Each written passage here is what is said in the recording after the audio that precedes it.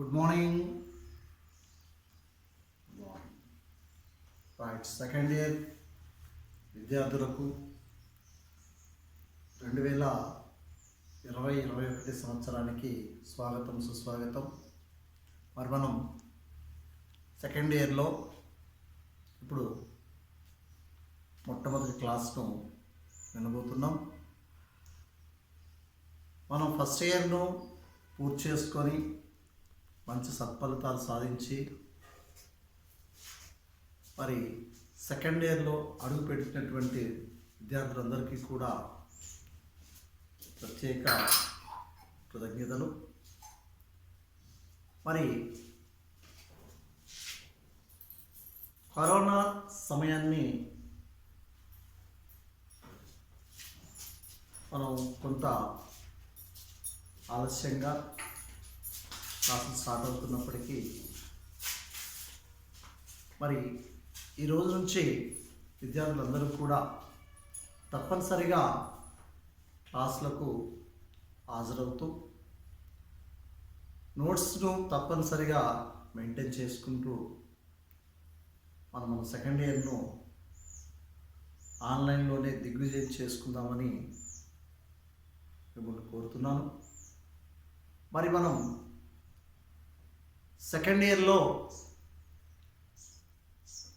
చదవబోయేటువంటి పాఠ్యాంశాలు ఏమిటి అనే వాటిని తెలుసుకునే ముందుగా మనం ఫస్ట్ ఇయర్లో చదువుకునేటువంటి అర్థశాస్త్రము మైక్రో ఎకనామిక్స్ను అధ్యయనం చేశాం. దాన్ని మనము సూక్ష్మ అర్థశాస్త్రంగా పిలువబడింది. మరి ఇప్పుడు ద్వితీయ సంవత్సరంలో మనం చదువుతున్నటువంటి అర్థశాస్త్రాన్ని మ్యాక్రో ఎకనామిక్స్గా పిలుస్తాం. దాన్ని మనము స్థూల అర్థశాస్త్రం అని అంటాం. ఎందుకంటే ఈ సెకండ్ ఇయర్ చదువుతున్నటువంటి అర్థశాస్త్రము మైక్రోనా మ్యాక్రోనా అని కన్ఫ్యూజ్ కాకుండా ప్రథమ సంవత్సరం చదివినటువంటి ఎకనామిక్స్ మొత్తం కూడా మైక్రో సూక్ష్మ అర్థశాస్త్రం అని, ఇప్పుడు సెకండ్ ఇయర్లో మనం ఇప్పుడు చదువుతున్నటువంటి అర్థశాస్త్రాన్ని మ్యాక్రో ఎకనామిక్స్ అని, దీన్ని మనం స్థూల అర్థశాస్త్రం అని పిలుస్తాం. మీకు ఫస్ట్ ఇయర్లో చెప్పుకున్నాం, సూక్ష్మ స్థూల అర్థశాస్త్రాలను వేరు చేసినటువంటి ఆర్థిక శాస్త్రవేత్త ఎవరు గుర్తుందా? పాపం గుర్తుండకపోవచ్చు, గుర్తున్న వాళ్ళు కొద్దిమంది గుర్తుండొచ్చు. రైట్, ఎవరు అంటే అర్థశాస్త్రాన్ని రెండు భాగాలుగా వేరు చేసినటువంటి ఆర్థిక శాస్త్రవేత్త మ్యాక్రోగా రగ్నార్ ఫిషర్. ఎవరతను? రగ్నార్ ఫిషర్ అనేటువంటి ఆర్థిక శాస్త్రవేత్త అర్థశాస్త్రాన్ని రెండు భాగాలుగా వేరు చేసి సూక్ష్మ అర్థశాస్త్రాన్ని కొంతమంది ఆర్థిక శాస్త్రవేత్తలు, స్థూల అర్థశాస్త్రాన్ని మరికొంతమంది ఆర్థిక శాస్త్రవేత్తలు ప్రాధాన్యత ఇస్తూ వాటిని అభివృద్ధి తీసుకురావటం జరిగిందన్న విషయాన్ని గుర్తు చేసుకున్నాం. మరి మనం సూక్ష్మ శాస్త్రంలో ఏం తెలుసుకున్నాం అనేది మీకు తెలుసు. ఫస్ట్ ఇయర్లో ఏమేమి తెలుసుకున్నామో గుర్తుందా? గుర్తుకొస్తున్నాయా? అర్థశాస్త్ర పరిచయం, వినియోగదారుని ప్రవర్తన సిద్ధాంతం, డిమాండ్ విశ్లేషణ, ఉత్పత్తి విశ్లేషణ, మార్కెట్ విశ్లేషణ, పంపిణీ సిద్ధాంతాలు, జాతీయ ఆదాయం, సాంప్రదాయ ఉద్యోగిత సిద్ధాంతం, వాటిని ఉద్యోగిత సిద్ధాంతాలు, ప్రభుత్వ విత్తము, ద్రవ్యము, బ్యాంకింగ్, ద్రవ్యోల్బణము మరియు అర్థశాస్త్రంలో ప్రాథమిక గణాంక భావనలు అనే అంశాలను మనం అధ్యయనం చేయటం జరిగింది. మరి ఇప్పుడు సెకండ్ ఇయర్లో ఇప్పుడు ద్వితీయ సంవత్సరంలో మనకున్నటువంటి పాఠ్యాంశాలు స్థూల అర్థశాస్త్రం ఏమిటి అని అనుకున్నప్పుడు అవి మనం ఈ నోట్బుక్లో రాసుకోండి వస్తుంది 1 by 1గా. విషయ సూచికలో 10 పాఠ్యాంశాలు ఉన్నాయి మనకి ఇందులో. సెకండ్ ఇయర్లో కూడా ఫస్ట్ ఇయర్లో ఎన్ని 10 చాప్టర్లు ఉన్నాయో, ఎలాంటి ఉన్న చాప్టర్స్ మనం 10 రకాల అంశాలను అధ్యయనం చేసే విధంగా ఫస్ట్ ఇయర్లో మనం అధ్యయనం చేశామో, సెకండ్ ఇయర్లో కూడా 10 రకాల విషయాలను, పాఠ్యాంశాలను ఇక్కడ మనం అర్థం చేసుకోవటం, అధ్యయనం చేయటం జరుగుతూ ఉంటుంది. వాటిల్లో ప్రధానమైనటువంటిది మొదటి చాప్టర్ ఆర్థిక వృద్ధి, ఆర్థికాభివృద్ధి. రెండవది జాతీయ ఆదాయ, అంటే రెండో అంశము జనాభా మరియు మానవ వనరుల అభివృద్ధి అని. మూడవది జాతీయ ఆదాయము, పేదరికము, నిరుద్యోగమని. అలాగే 4వ చాప్టర్గా ప్రణాళికలు, పర్యావరణం అని. 5వ చాప్టరు వ్యవసాయ రంగం, 6 పారిశ్రామిక రంగం, 7 తృతీయ రంగం, 8 నూతన ఆర్థిక సంస్కరణలు, విదేశీ రంగం, 9వది తెలంగాణ ఆర్థిక వ్యవస్థ లక్షణాలు, 10 తెలంగాణ ఆర్థిక వ్యవస్థ యొక్క నిర్మితమైనటువంటి అంశాల గురించి అధ్యయనం చేయటం. ఇవి మనకున్నటువంటి సెకండ్ ఇయర్లో ప్రాథమికమైనటువంటి అంశాలుగా మనం వాటిని అధ్యయనం చేయటం జరుగుతూ ఉంటుంది. ఇంటే ఇప్పుడు మీకు ఒక డౌట్ రావచ్చు, సార్ ఇప్పుడు అన్ని చాప్టర్లు ఉంటాయా, కొత్త చాప్టర్ తగ్గిస్తున్నారు కదా అనే అంశాన్ని మనకు గుర్తుకు రావచ్చు. ఇక్కడ వాటిల్లో తగ్గించిన ఏవైతే అంశాలను తగ్గిస్తున్నారో వాటిని మీకు ఎక్స్ప్లెనేషన్ ఉండదు. మీకు ఏవైతే అంశాలు ఉన్నాయో వాటిని మాత్రమే ఎక్స్ప్లెయిన్ చేయడం జరుగుతుంది. వాటిలో మొదటి టాపిక్స్ మాత్రం 100%గా ఉన్నాయి కాబట్టి మీకు ముందుగా గుర్తు చేస్తున్నాం. కాబట్టి సెకండ్ ఇయర్లో ఉన్నటువంటి మొట్టమొదటి చాప్టర్ ఆర్థిక వృద్ధి, ఆర్థికాభివృద్ధిగా మీకు తెలియజేస్తున్నాం. ఇక్కడ మరి ఆర్థిక వృద్ధి అంటే ఏమిటి, ఆర్థికాభివృద్ధి అంటే ఏమిటి, ఈ రెండింటి యొక్క మధ్య వ్యత్యాసాలు, తేడాలు ఏమిటి అనేటువంటి ఒక కీలకమైన మోస్ట్ ఇంపార్టెంట్ క్వశ్చన్ ఇది మనం తప్పనిసరిగా తెలుసుకోవాల్సిన విషయం. మనకున్నటువంటి ఫస్ట్ చాప్టర్లో చాలా ఇంపార్టెంట్ క్వశ్చన్లలో కూడా మనం ఈరోజు చెప్పుకోబోయేటువంటి క్వశ్చన్ ఆర్థిక వృద్ధి, ఆర్థికాభివృద్ధి, ఆ రెండింటి యొక్క వ్యత్యాసాలను, తేడాలను తెలియచేయము అన్నప్పుడు మనం ఈరోజు ఎక్స్ప్లెయిన్ చేసే అంశాలు మనం స్పష్టంగా చదవాల్సిన అవసరం ఏర్పడుతుంది అని తెలుసుకున్నాం. నోట్బుక్ దగ్గర పెట్టుకోండి. ఆర్థిక వృద్ధి, ఆర్థికాభివృద్ధి అంశాలు తెలియజేస్తాం. మరి ఇక్కడ ఆర్థిక వృద్ధి అంటే ఏంటి, ఆర్థికాభివృద్ధి అంటే ఏమిటి, దేన్ని మనం ఆర్థిక వృద్ధి అంటాము, దేన్ని మనం ఆర్థికాభివృద్ధి అంటాం. ఇక్కడ ఆర్థిక వృద్ధి అనేటువంటిది ఒక విశాలమైన దృక్పథం కలిగినటువంటిది. ఆర్థిక వృద్ధికి ఆర్థికాభివృద్ధి రెండు కూడా ఒకటే అనుకుంటాం. మనం ఒకే రకమైనటువంటి పదాలుగా ఉన్నాయి కదా, కొంచెం తేడాలు ఉంది, రెండు ఒకటే కదా అనుకుంటాం. కానీ ఆర్థిక వృద్ధి వేరు, ఆర్థికాభివృద్ధి వేరు. ఆర్థిక వృద్ధి అనేటువంటిది ఒక కీలకమైన అంశం, ఒక సముచితమైన అంశం. ఆర్థికాభివృద్ధి అనేటువంటిది ఒక విశాలమైన దృక్పథాన్ని కలిగినటువంటి అంశం. జాగ్రత్తగానండి, ఇక్కడ ఆర్థిక వృద్ధి వేరు, ఆర్థికాభివృద్ధి వేరు. ఆర్థిక వృద్ధి ఒక సముచితమైనటువంటి అంశం, ఆర్థికాభివృద్ధి ఒక విస్తృత భావన, విశాలమైన దృక్పథము కలిగినటువంటి అంశంగా దీన్ని గుర్తు చేస్తాం. అందుకే ఆర్థిక వృద్ధి గురించి, ఆర్థికాభివృద్ధి గురించి మైకెల్ పి తొడారే అనేటువంటి ఆర్థిక శాస్త్రవేత్త, ఎవరతను మైకెల్ పి తొడారే అనేటువంటి ఆర్థిక శాస్త్రవేత్త రెండింటి అంశాలకు ఒక ప్రత్యేకమైనటువంటి డెఫినిషన్స్ కూడా ఇవ్వటం జరిగింది. ఇక్కడ ఆర్థిక వృద్ధి అనేటువంటిది సాధారణ భాషలో ఏమంటాము, సాధారణంగా ఆర్థిక వృద్ధి అంటే ఒక జాతీయోత్పత్తిలో, ఒక దేశం యొక్క జాతీయోత్పత్తిలో నిరంతరమైన పెరుగుదలను ఆర్థిక వృద్ధిగా తెలియజేస్తాం. జాగ్రత్తగా మరొకసారి, ఆర్థిక వృద్ధి అనగా ఒక నిర్ణీతమైనటువంటి, ఒక నిర్దిష్టమైన పరిమాణంలో జాతీయ ఉత్పత్తుల యొక్క నిరంతరమైన పెరుగుదల, దాన్ని మనం ఆర్థిక వృద్ధి అంటాం. ఆర్థికాభివృద్ధి అంటే ఉత్పత్తుల యొక్క పెరుగుదలతో పాటు ఆ ఉత్పత్తుల పెరుగుదలకు దోహదం చేసే అంశాలు సామాజిక, ఆర్థిక, వ్యవస్థాపరమైనటువంటి, సాంకేతికపరమైనటువంటి, సామాజికపరమైన అంశాలను కూడా అధ్యయనం చేయటమే ఆర్థికాభివృద్ధిగా తెలియజేస్తాం.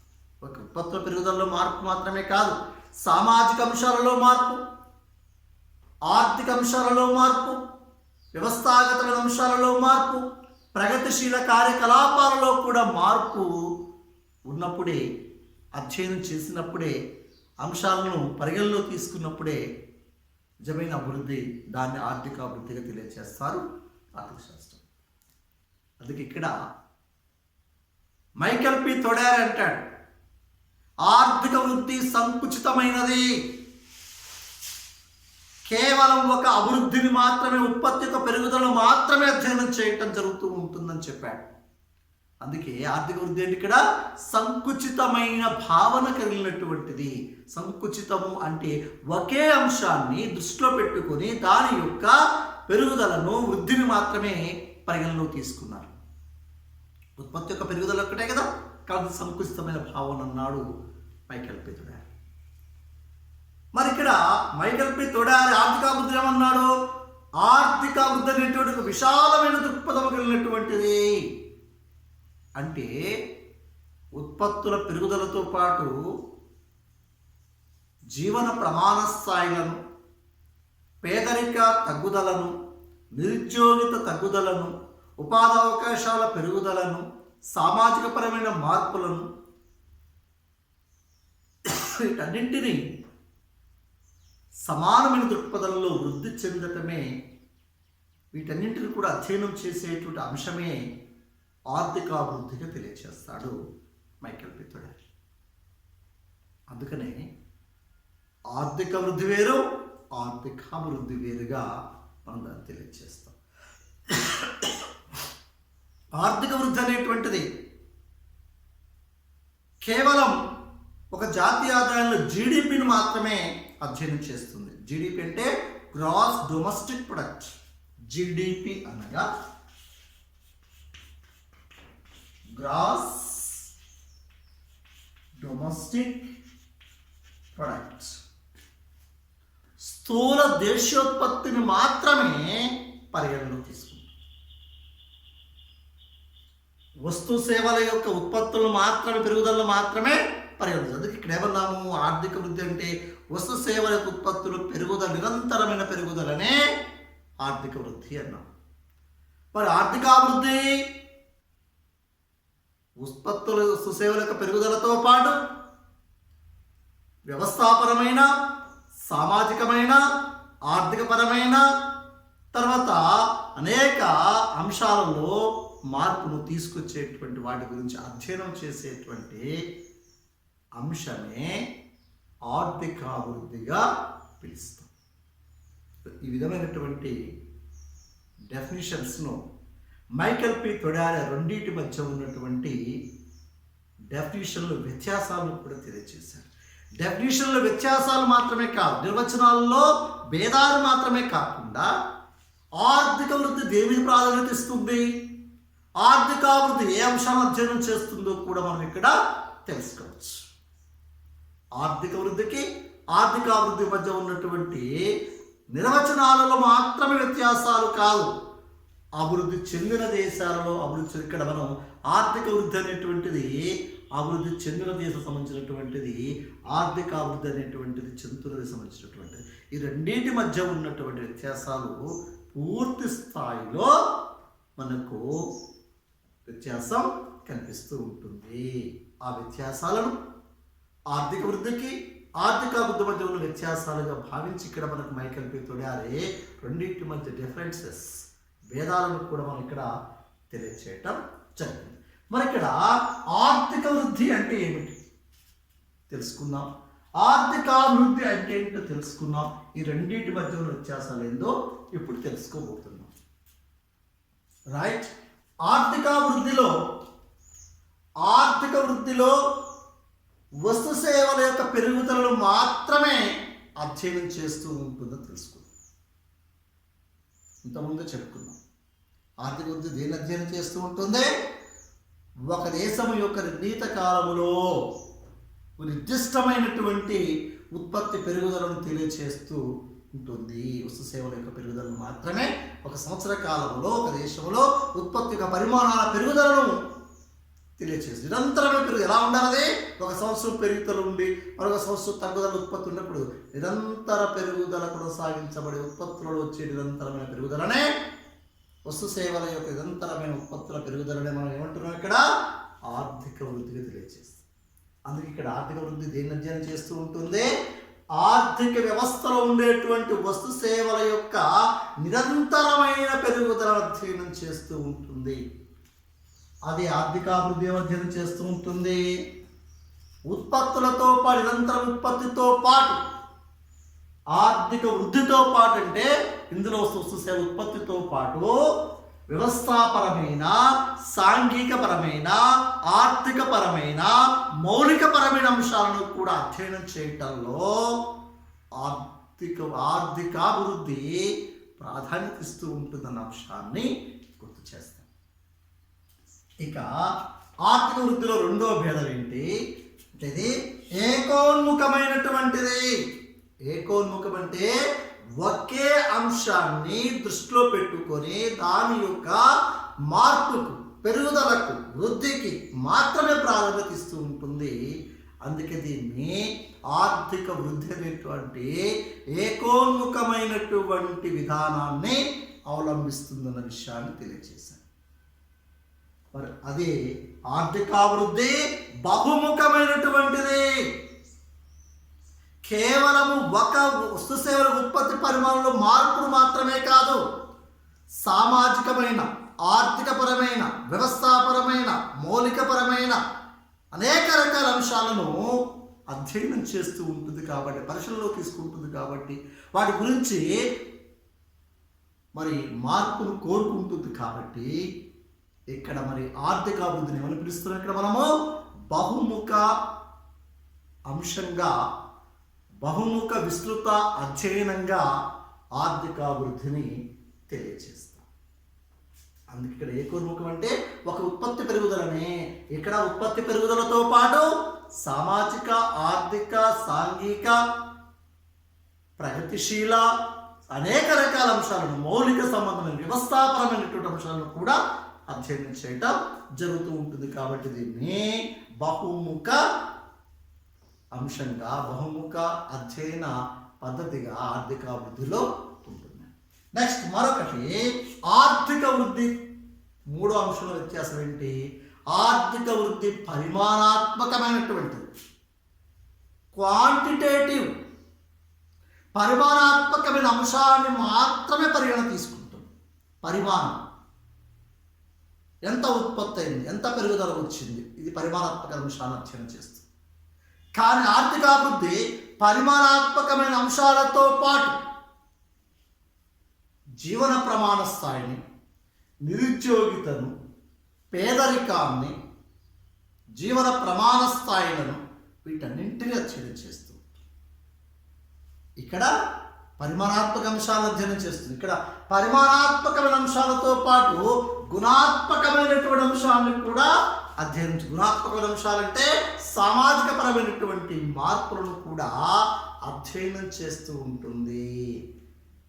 ఆర్థిక వృద్ధి పరిమాణాత్మకమైన అంశాలను మాత్రం అధ్యయనం చేస్తే, ఆర్థికాభివృద్ధి పరిమాణాత్మకమైన అంశాలతో పాటు గుణాత్మకమైనటువంటి అంశాలను కూడా పరిగణలోకి తీసుకొని అధ్యయనం చేస్తూ ఉంటుందన్న విషయాన్ని గుర్తు చేస్తాం. ఇక మరొకటి ఆర్థిక వృద్ధిలో మరొక వ్యత్యాసం ఏంటంటే ప్రభుత్వ జోక్యం ఉండదు, ప్రభుత్వ అవసరము లేదు, ప్రభుత్వం యొక్క అనుమతులు అవసరం లేదు, ప్రభుత్వం యొక్క పెట్టుబడులు అవసరం లేదు, ప్రభుత్వం యొక్క అజమాయిషి ఉండదు. తనకు తానుగా ఉత్పత్తులు కొనసాగించుకొని లాభాభిష్టాన్ని దృష్టిలో పెట్టుకొని మాత్రమే పనిచేస్తూ కొనసాగుతుంది. ఇక్కడ ప్రభుత్వ జోక్యం, ప్రభుత్వ అవసరాలు వారి ఉత్పత్తి పరిమాణం ఎలాంటివి తీసుకోకుండా జస్ట్ లైక్ రైట్. మనకు ఆర్థిక వృద్ధి, ఆర్థికాభివృద్ధి మధ్య వ్యత్యాసాలలో ఆర్థిక వృద్ధి స్వల్పకాలిక సంబంధించినటువంటి అంశాల గురించి అధ్యయనం చేస్తూ ఉంటుందని, ఆర్థికాభివృద్ధి దీర్ఘకాలికమైన అంశాలను దృష్టిలో పెట్టుకొని తన యొక్క ఆర్థిక కార్యకలాపాలు కొనసాగిస్తుందని మనం గుర్తించాలి. ఇక మరొక వ్యత్యాసం, ఆర్థిక వృద్ధి అభివృద్ధి చెందిన దేశాలకు సంబంధించినటువంటి అంశాలను మాత్రమే పరిగణలోకి తీసుకొని అధ్యయనం చేస్తుంది. చూడండి, ఆర్థిక వృద్ధి అభివృద్ధి చెందిన దేశాల లక్షణాలను, అభివృద్ధి చెందిన దేశాల యొక్క వస్తుసేవ ఉత్పత్తి పెరుగుదలను, అభివృద్ధి చెందిన దేశాల యొక్క ఏకోన్ముఖమైన ఆలోచనలను, అభివృద్ధి చెందిన దేశాల యొక్క సంకుచితమైన ఆలోచన విధానాలను, అభివృద్ధి చెందిన దేశాల యొక్క సాంకేతికమైన మార్పులను మాత్రమే ఆలోచిస్తూ అధ్యయనం చేస్తుంది ఆర్థిక వృద్ధి. అదే ఆర్థికాభివృద్ధి అభివృద్ధి చెందుతున్న దేశాల గురించి అధ్యయనం చేస్తూ ఉంటుంది. అభివృద్ధి చెందుతున్న దేశాలలో ఎలాంటి జీవన ప్రమాణ స్థాయిలు ఉంటాయి, అభివృద్ధి చెందుతున్న దేశాలలో విద్యా వైద్య సదుపాయాలు ఏ విధంగా ఉంటున్నాయి, అభివృద్ధి చెందిన దేశాలలో నిరుద్యోగిత స్థాయి ఏ విధంగా పెరుగుతూ ఉంటుంది, అలాగే పేదరిక స్థాయి ఏ విధంగా ఉంటుంది, జనాభా నియంత్రణ విధానాలపై చర్యలు ఏ విధంగా తీసుకోవాలి, జాతీయ ఆదాయాల్లో వస్తున్నటువంటి మార్పులకు అనుగుణంగా ఏ విధంగా మార్పు చెందాలి అనేటువంటి అనేక రకాల విస్తృతమైన భావనతో కూడినటువంటి విశాలమైన దృక్పథంతో అధ్యయనం చేస్తూ ఉంటుంది ఆర్థికాభివృద్ధి. అందుకే ఆర్థిక వృద్ధి కేవలం అభివృద్ధి చెందిన దేశాలకు మాత్రమే అనుకూలంగా ఉంది. ఆర్థికాభివృద్ధి అనేటువంటి అభివృద్ధి చెందుతున్న దేశాల యొక్క లక్షణాలను, అభివృద్ధి చెందుతున్న దేశాల్లో ఉన్న అనేక రకమైనటువంటి అంశాల గురించి అధ్యయనం చేస్తూ ఉంటుంది. కాబట్టి ఇది ఒక దీర్ఘకాలికమైన ప్రక్రియగా మనం దీన్ని తెలియచేస్తూ అధ్యయనం చేస్తున్నాం. ఇక మరొక అంశము, ఆర్థిక వృద్ధిలో ఆదాయ స్థాయిని మాత్రమే అంచనా వేసుకుంటూ అడుగులు ముందుకేస్తుంది ఆర్థిక వృద్ధి. అభివృద్ధి చెందిన దేశాలు ఆదాయ అంచనాలను ఆధారంగా చేసుకొని ఆదాయ పెరుగుదలలో మార్పును మాత్రం ఆలోచించుకుంటూ ఒక నిర్ణీత కాల వ్యవధిలో గత సంవత్సరానికి ప్రస్తుత సంవత్సరానికి రాబోయే సంవత్సరానికి ఆదాయ స్థాయి అంచనా వేసుకుని అభివృద్ధి సాధించడమే ఆర్థిక వృద్ధి యొక్క ప్రధాన లక్షణం కూడా. మరి ఇలాంటి పరిస్థితులలో ఆదాయ పెరుగుదల మాత్రమే అంచనా వేస్తూ ఆదాయ పెరుగుదల మాత్రమే పరిగణలోకి తీసుకొని అధ్యయనం చేస్తుంది ఆర్థిక వృద్ధి.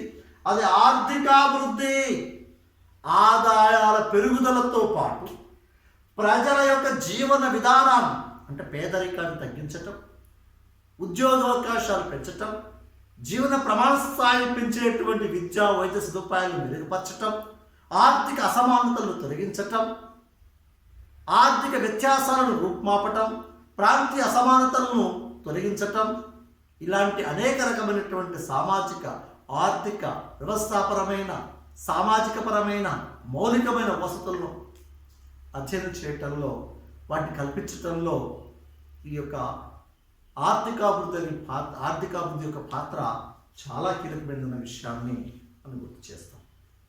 ఈ విధంగా మైకేల్ పి తొడార్ అనేటువంటి ఆర్థిక శాస్త్రవేత్త ఆర్థిక వృద్ధికి ఆర్థికాభివృద్ధికి మధ్య ఉన్న వ్యత్యాసాలను, ఆ రెండింటి యొక్క నిర్వచనాలను స్పష్టంగా మనకు అందచేయటం జరిగింది. అందుకే మీరు గుర్తుంచుకోవాల్సిన విషయం ఏంటంటే, సెకండ్ ఇయర్ విద్యార్థులు ఈ యొక్క ఆర్థిక వృద్ధి ఆర్థికాభివృద్ధి అంటే ఏమిటి, రెండింటి మధ్య గల వ్యత్యాసం క్వశ్చన్ చాలా మోస్ట్ ఇంపార్టెంట్ క్వశ్చన్. అందులో ఈ క్వశ్చన్ 10 మార్క్స్ క్వశ్చన్గా మనకు చాలాసార్లు ఇవ్వటం కూడా జరిగింది. కాబట్టి విద్యార్థులు తప్పనిసరిగా నోట్స్ ప్రిపేర్ చేసుకుంటే నోట్స్ను చదవటం, లేదా అతి త్వరలో మీరు మెటీరియల్ను తెప్పించుకునే ప్రయత్నం చేయవలసిందిగా మీకు తెలియజేస్తున్నాను. ఇంకా మన సెకండ్ ఇయర్ విద్యార్థులు వీడియోకి అందుబాటులో రాని వారు ఉంటే మిత్రులకు తెలియజేసి వాళ్ళకి షేర్ చేయండి. ఈరోజు నుంచి రెగ్యులర్గా క్లాసులు మాత్రం కొనసాగుతూ ఉంటుంటాయి. రెగ్యులర్ క్లాసుల్లో వీడియోల్లో వాచ్ చేయటము మీరు మాత్రం గుర్తుంచుకోవాల్సిన విషయం. విద్యార్థులందరూ కూడా ఈ విషయం గుర్తుపెట్టుకొని మనం సెకండ్ ఇయర్ ఎకనామిక్స్ సబ్జెక్ట్లో మంచి సత్ఫలితాలు సాధించే విధంగా విద్యార్థులు సహకరించాలని కోరుతూ మరి ఈ రోజున టాపిక్ ముగిసని తెలియజేస్తూ మరి నెక్స్ట్ టాపిక్కు మీరందరూ సంసిద్ధంగా ఉండాలని కోరుతూ మరి thank you very much. Okay, మనకు ఆర్థిక వృద్ధిలో ప్రభుత్వ జోక్యం అవసరం లేదన్న విషయాన్ని గుర్తు చేసుకో. మరి ఆర్థికాభివృద్ధిలో ప్రభుత్వ జోక్యము తప్పనిసరి అవసరము. ప్రభుత్వ జోక్యము ఆర్థికాభివృద్ధిలో తప్పనిసరి అవసరం.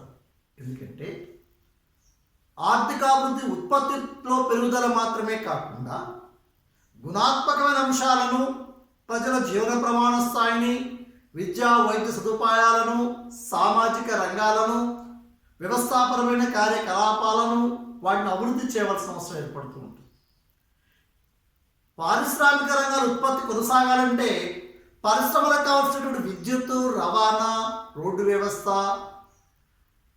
తర్వాత శ్రామికులకు కావాల్సినటువంటి ఆరోగ్య సదుపాయాలను, నైపుణ్యత పెంపొందింప చేసుకోవటానికి విద్యా సదుపాయాలను, వీటన్నింటినీ ప్రభుత్వ రంగ సంస్థలే అభివృద్ధి చేయటం జరుగుతూ ఉంటుంది. ఈ క్రమంలో ఆర్థికాభివృద్ధి జరగటానికి ఉత్పత్తి పెరగడంతో పాటు ఇంకేం పెరగాలి? ఇక్కడ సామాజిక పరమైన అంశాల్లో మార్పు రావాలి, వ్యవస్థాపరమైన అంశాల్లో మార్పు రావాలి, ప్రజల జీవన ప్రమాణ స్థాయి అంటే విద్యా వైద్య రంగాలలో మార్పు రావాలి, వ్యవస్థాపరమైన మౌలిక అంశాల సదుపాయాలు పెంపొందింప చేసుకోవాలి. ఇవన్నీ ఉన్నప్పుడే ఉత్పత్తితో పాటు ప్రజల జీవన ప్రమాణ స్థాయి వృద్ధిని కూడా చెందవలసిన అవసరం ఏర్పడుతూ ఉంటుంది. వాటికి ప్రభుత్వం వ్యయం చేయవలసిన అవసరం. ప్రభుత్వ వ్యయంలో భాగంగా వీటన్నింటినీ అభివృద్ధి చేస్తూ ఉంటుంది.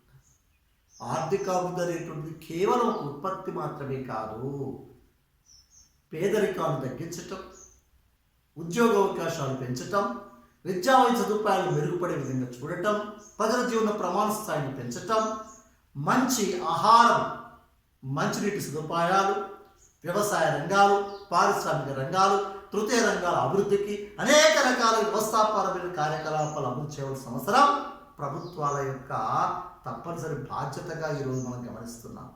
మరి ఈ క్రమంలో ఆర్థికాభివృద్ధి జరగటానికి ప్రభుత్వ జోక్యము తప్పనిసరి అవసరం అని చెప్పేసి మనం గుర్తు చేసుకోవచ్చు. ఎందుకంటే ఇది పెట్టుబడిదారు వ్యవస్థలో కాబట్టి లాభాన్ని దృష్టిలో పెట్టుకొని పనిచేసుకుంటూ ఉత్పత్తి పెంచుకుంటూ పోతారు సాంకేతిక మార్పులతో పాటు. ఆర్థికాభివృద్ధి ఏంటి? ఇక్కడ ఆర్థికాభివృద్ధి అనేటువంటిది పెట్టుబడి వ్యవస్థ కాదు, ప్రజాస్వామిక వ్యవస్థ. అందులో ప్రజలు, ప్రభుత్వాలు, ప్రభుత్వంతో పాటు పెట్టుబడిదారులు కూడా ఉంటారు. కానీ ఎలా ఉండాలి?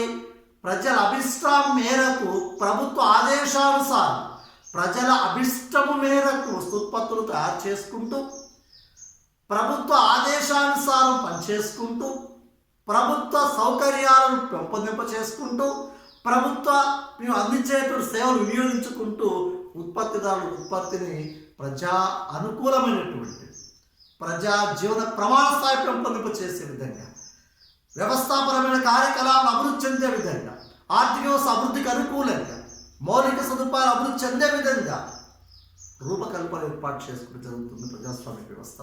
అందుకే ఇక్కడ ఆర్థికాభివృద్ధి అనేటువంటి ప్రజాస్వామిక వ్యవస్థలో ఆర్థికాభివృద్ధి కీలకంగా పనిచేస్తూ ఉంటుంది.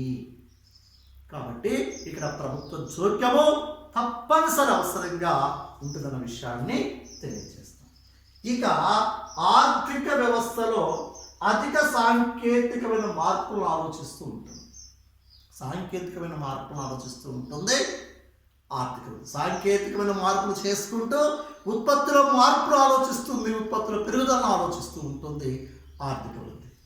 అది ఆర్థికాభివృద్ధి ఉత్పత్తి పెరుగుదల మాత్రమే కాదు, ప్రజల జీవన ప్రమాణ స్థాయిని ఎలా పెంచాలి,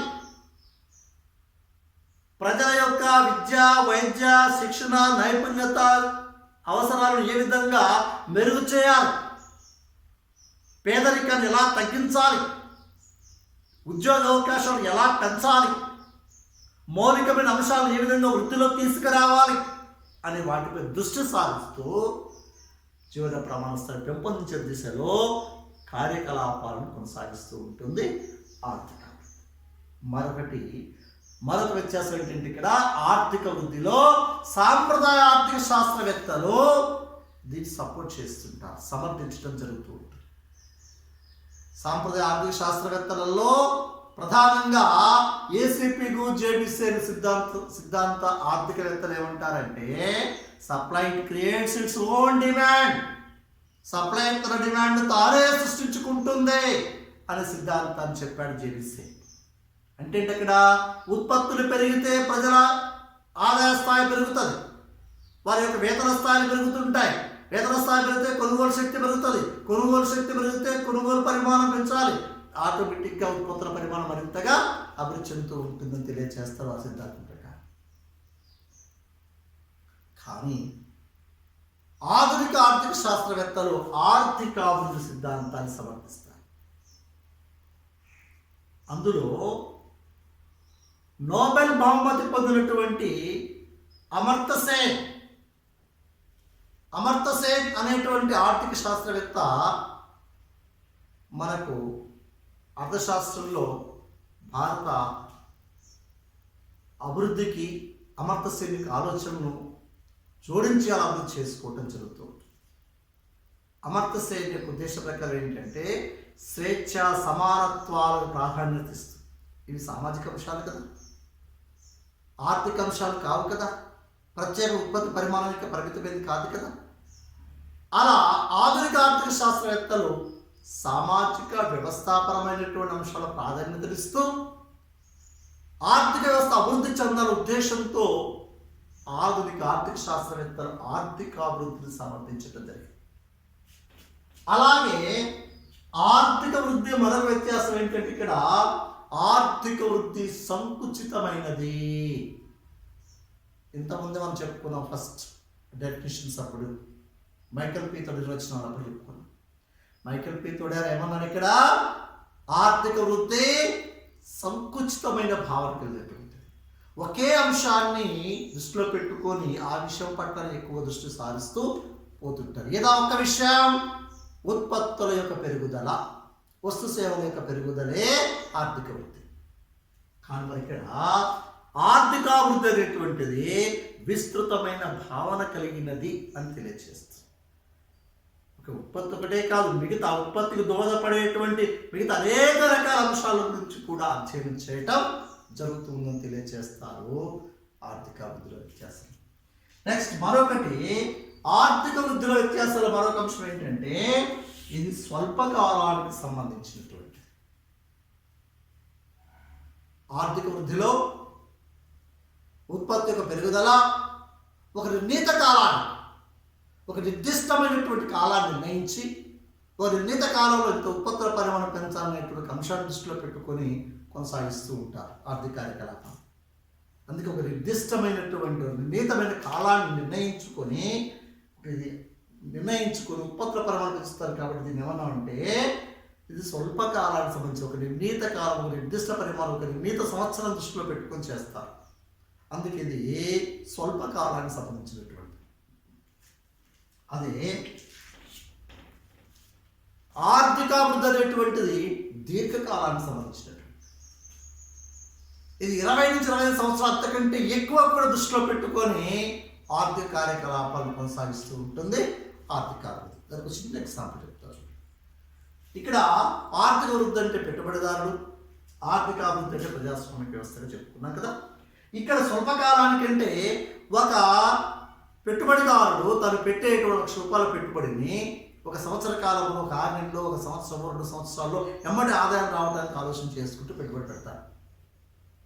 ఎమ్మడే దాని ద్వారా వచ్చేటువంటి ప్రతిఫలం ఏ విధంగా ఉంటుందో ఎప్పటికప్పుడు ఆలోచించుకుంటూ నిర్ణయం తీసుకుని పెట్టుబడి పెడుతూ ఉంటాడు.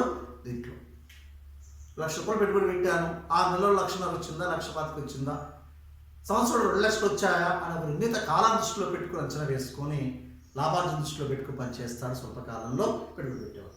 అదే దీర్ఘకాలంలో ఆర్థికాభివృద్ధి ప్రభుత్వ పెట్టుబడి రోడ్ల నిర్మాణాలు కానీ, కాలువలు ప్రాజెక్టులు కానీ, నిర్మాణాత్మకమైన కార్యకలాపాలు కానీ, ఆరోగ్య వైద్య సంబంధమైన వాటి పెట్టే పెట్టుబడులు కానీ, ఇవన్నీ ఒక నిర్దిష్ట కాలానికి ఉండవు, ఒక దీర్ఘకాలికంగా ఉంటాయి.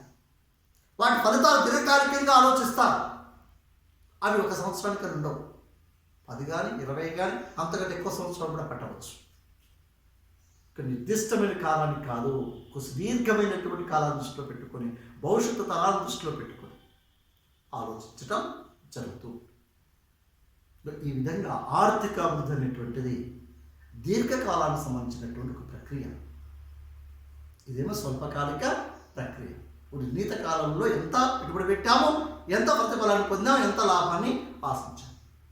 కానీ ప్రభుత్వ జోక్యంతో ఉండేటువంటి ఆర్థికాభివృద్ధి దీర్ఘకాల దృష్టిలో పెట్టుకొని ఈరోజు మనం అందించిన విద్య, వైద్య, జీవన ప్రమాణ స్థాయి, మెరుగైనటువంటి మంచి ఆహారం, మంచి నీటి సదుపాయాలు, మంచినీటి వస్తువులు, సాగునీటి వస్తువులు ఇవన్నీ కూడా దీర్ఘకాల దృష్టిలో పెట్టుకొని రాబోయే కాలాలలో జీవన ప్రమాణ స్థాయి, ఆర్థిక మెరుగు ఏ విధంగా ఉంటుందో ఆలోచన, అంచనా దీర్ఘకాల దృష్టిలో పెట్టుకొని పనిచేయడం జరుగుతుంది.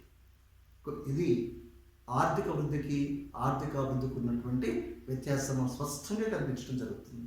ఇది స్వలాభాన్ని దృష్టిలో పెట్టుకుని స్వల్పకాలికంగా ఆలోచిస్తూ ఉంటుంది. ఇది ప్రజల యొక్క